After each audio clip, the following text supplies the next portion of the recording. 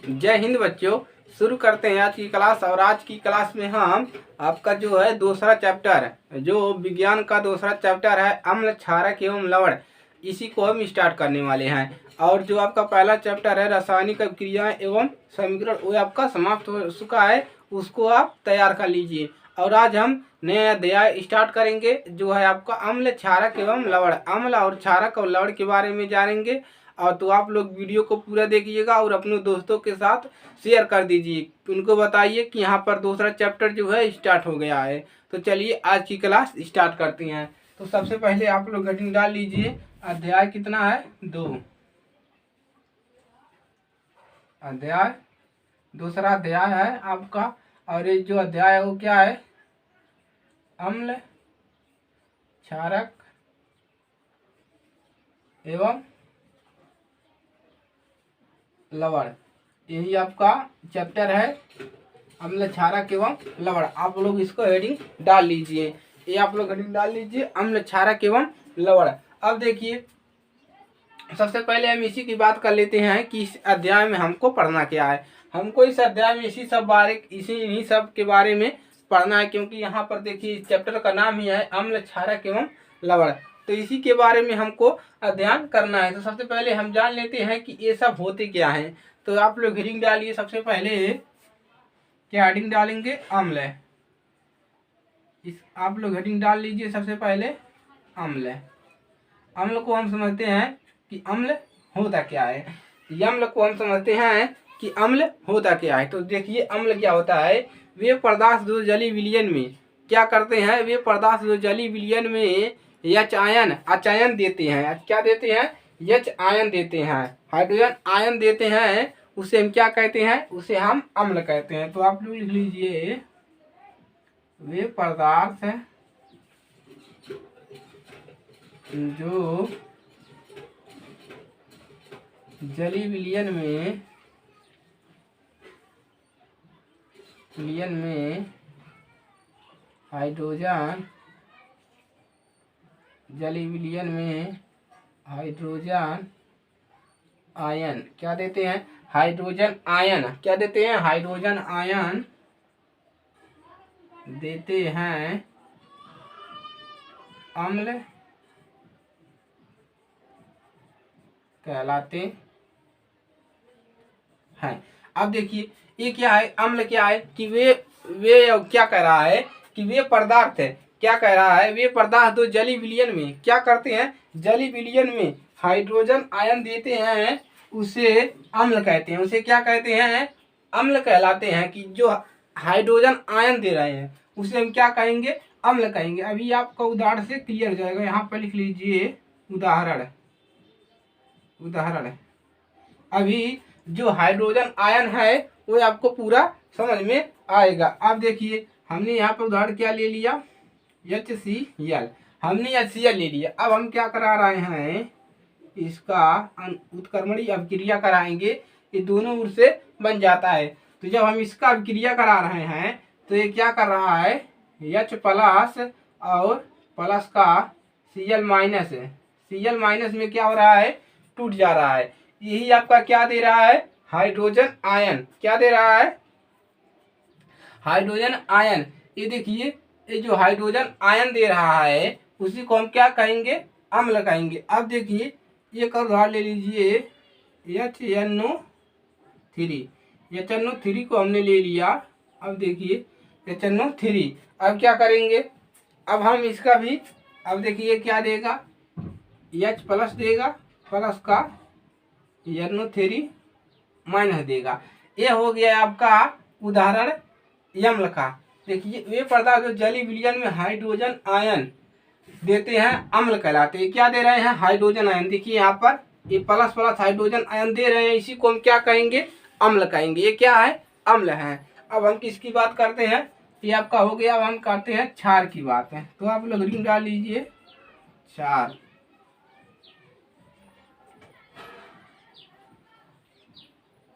ये आप लोग हेडिंग डाल लीजिए क्षार है। देखिए क्षार क्या होता है? वे यौगिक जो जलीय विलयन में हाइड्रॉक्सिल आयन मतलब OH माइनस क्या देते हैं?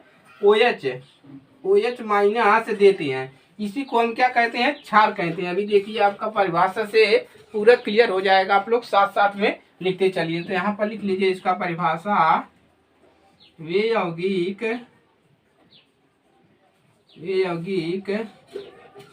जो जलीय विलयन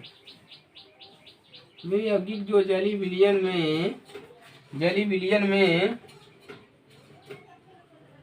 हाइड्रॉक्सिल वे यौगिक जो जलीय विलयन में हाइड्रॉक्सिल क्या देते हैं, हाइड्रॉक्सिल आयन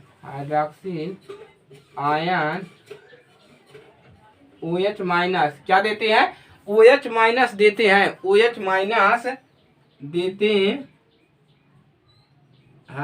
और इसमें आगे लिख लीजिए हाइड्रॉक्सिल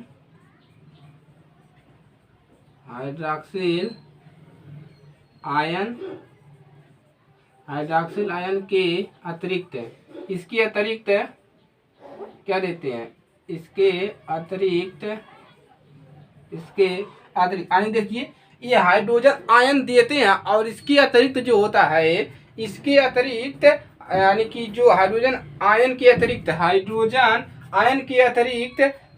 और कोई ऋणायन नहीं देते हैं,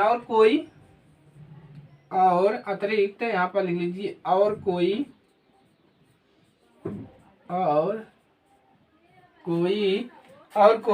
ऋणायन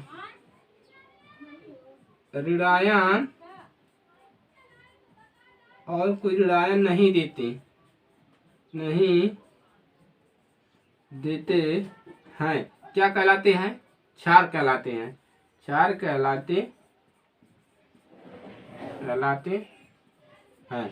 ये आपने समझा कि क्षार है। वे यौगिक जो जलीय विलयन में क्या कह रहा है, वे यौगिक जो जलीय विलयन में हाइड्रोजन आयन OH माइनस और क्या देते हैं, हाइड्रॉक्सिल आयन के अतिरिक्त, यानी इसके अतिरिक्त और कोई ऋणायन नहीं देते, यानी कि जो ये सिर्फ यही देगा, इसके अतिरिक्त कोई ऋणायन नहीं देगा, उसे हम क्या कहेंगे, क्षार कहलाते हैं। अब देखिए उदाहरण से समझिए इसको,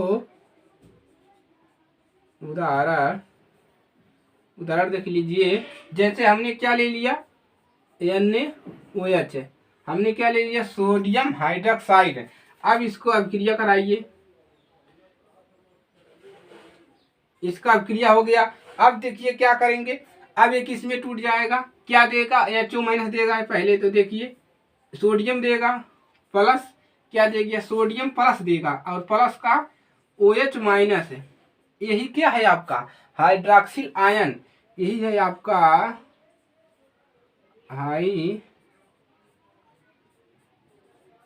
हाइड्रॉक्सिल आयन।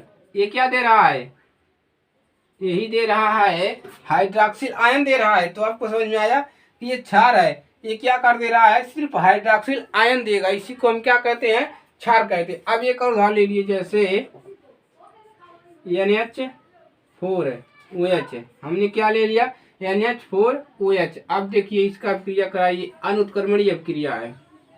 देखिए इसको कराएंगे A बन जाएगा, और इसको कराएंगे A बन जाता है। तो देखिए किस में टूटेगा, सबसे पहले तो NH4 में टूटेगा, NH4 प्लस में, और यहाँ पर देखिए प्लस OH में, किसके अतिरिक्त, सिर्फ इसके अतिरिक्त कोई भी नहीं यहाँ पर आएगा, OH माइनस है।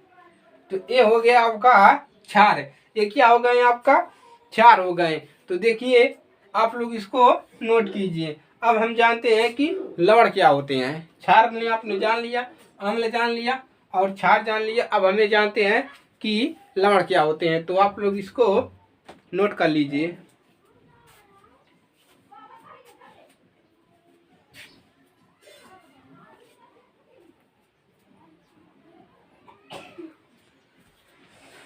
इसको नोट कीजिए, अम्ल।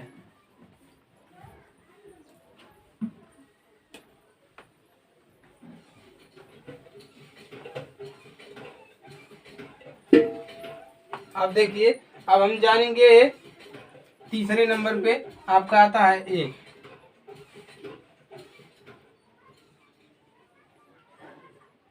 तो आप लोग हेडिंग डाल लीजिए लवण।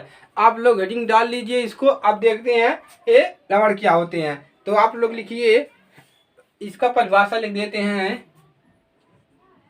वे यौगिक, यौगिक लिख सकते हैं या पदार्थ लिख सकते हैं। वे पदार्थ, वे पदार्थ जिनके, वे पदार्थ जिनके जलीय विलयन में, जलीय विलयन,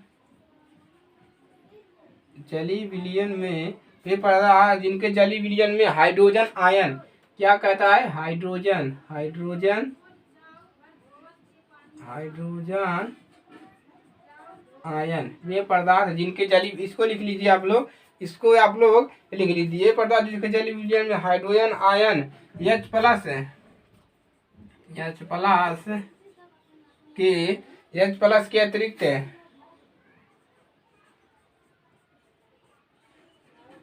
H प्लस के अतिरिक्त कोई अन्य धनायन, कोई अन्य धनायन, कोई अन्य धनायन तथा हाइड्रॉक्सिल, तथा धनायन तथा इसमें क्या था, हाइड्रॉक्सिल आयन, हाइड्रॉक्सिल यहाँ पर लिखिए, तथा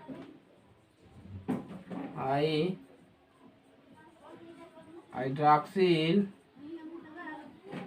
ion OH minus, hydroxyl ion नहीं होता है, OH माइनस के अतिरिक्त कोई अन्य आयन हो, के अतिरिक्त, अतिरिक्त कोई अन्य, अन्य ऋणायन हो, अन्य ऋणायन हो लवण कहलाता है।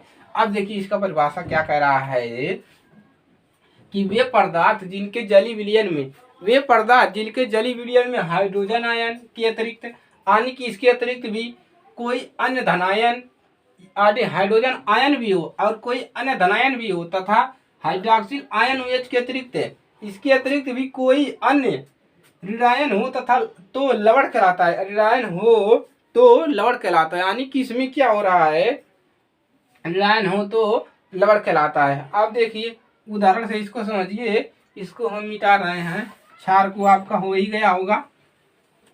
देखिए तो उदाहरण में देख लीजिए, उदाहरण, उदाहरण देखिए, उदाहरण में क्या कह रहा है, जैसे हमने ले लिया ZnSO4, इसका क्या कराएंगे, अब क्रिया करा देगी अनंतकर्मणी। अब देखिए क्या बनाएगा, Zn प्लस, 2 बार प्लस बनाएगा, प्लस SO4 माइनस।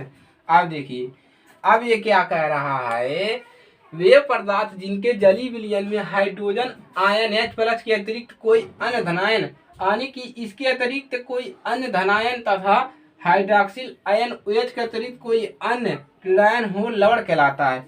इसका मतलब ये हुआ कि ना ही इसमें OH आएगा और ना ही इसमें हाइड्रोजन आयन आएंगे और ना ही कोई इसमें अन्य धनायन आएगा, तो उसी को हम क्या कहेंगे, लवण कहेंगे। यहाँ से ये क्लियर हो गया और ये इसका उदाहरण हो गया। आप लोगों को ये 2 नंबर में क्वेश्चन बनकर आएगा, तो आप लोग इसको तैयार कर लीजिए, इस पर ज़्यादा फोकस मत कीजिएगा। इसका डिटेल आप, इसका डिटेल में जानकारी आप आगे पढ़ेंगे। अभी आपको सिर्फ इसका, आपके सिलेबस में सिर्फ ये है, इसका परिभाषा आपको तैयार करना है और इसके उदाहरण तैयार करने हैं, सिर्फ इतना ही आपको तैयार करना है, ज़्यादा इस पर जोर मत दीजिएगा।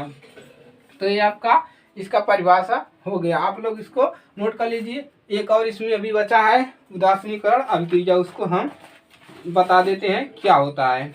तो आप लोग ये वाला आपका हो गया है, तो आप लोग ऊपर का नोट कर लीजिए। हमने पहले ही बताया कि सिर्फ आपको इसमें उदाहरण समझना है, उदाहरण को आप तैयार कर लीजिएगा और आपको ज़्यादा सोचने की जरूरत इसमें नहीं है। अगला हेडिंग आप लोग डाल लीजिए, उदासीनीकरण अभिक्रिया। क्या हेडिंग डालेंगे, उदासीनीकरण अभिक्रिया, उदासीनीकरण अभिक्रिया। देखिए उदासीनीकरण अभिक्रिया क्या होता है, उदासीनीकरण अभिक्रिया ही होता है और अम्ल और क्षार की अभिक्रिया का जो परिणाम होता है। तो यहाँ पर आप हेडिंग लिख लीजिए अम्ल तथा, भी आपको समझ में पूरा आएगा, अम्ल तथा क्षार, अम्ल तथा क्षारक की अभिक्रिया, अम्ल क्षारक की अभिक्रिया के परिणाम, अभिक्रिया के परिणाम के स्वरूप है, परिणाम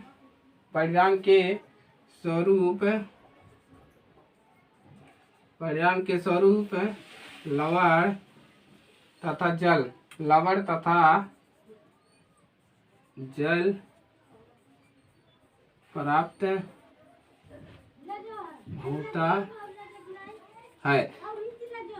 होता है तथा इसे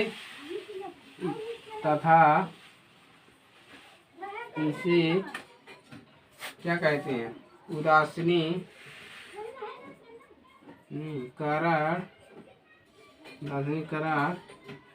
अभिक्रिया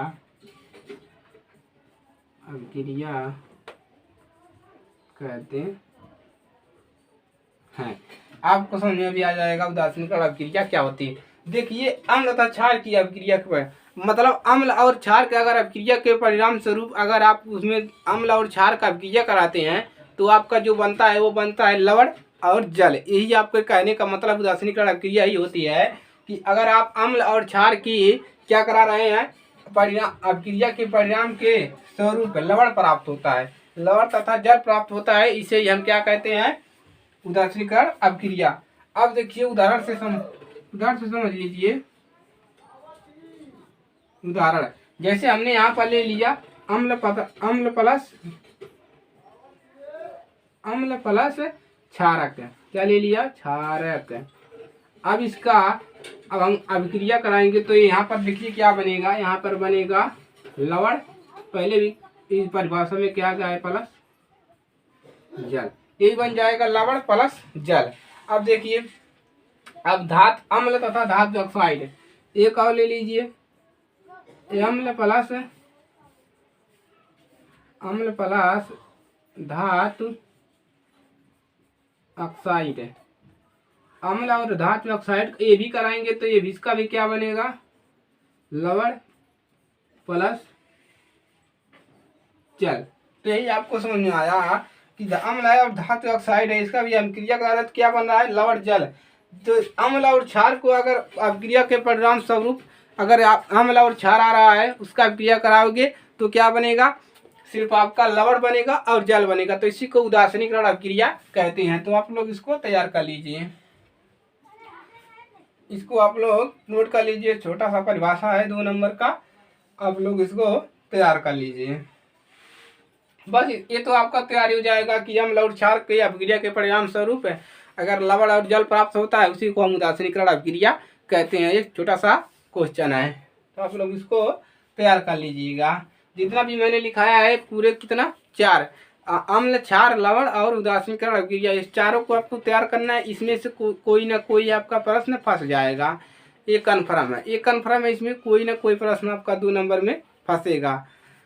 तो आज के लिए सिर्फ इतना ही। अगर ये नोट नहीं किया है तो इसका स्क्रीनशॉट भी आप ले सकते हैं, ले लीजिए। तो चलिए आज के लिए सिर्फ इतना ही और मिलते हैं नेक्स्ट वीडियो में। और अगर ये क्लास अच्छी लगी तो वीडियो को लाइक कर लीजिएगा और अपने दोस्तों के साथ शेयर कर दीजिएगा क्योंकि उनको भी ये ज्ञान मिल सके। तो मिलते हैं नेक्स्ट क्लास में, तब तक के लिए जय हिंद, वंदे मातरम। पढ़ते रहिए और खुश रहिए।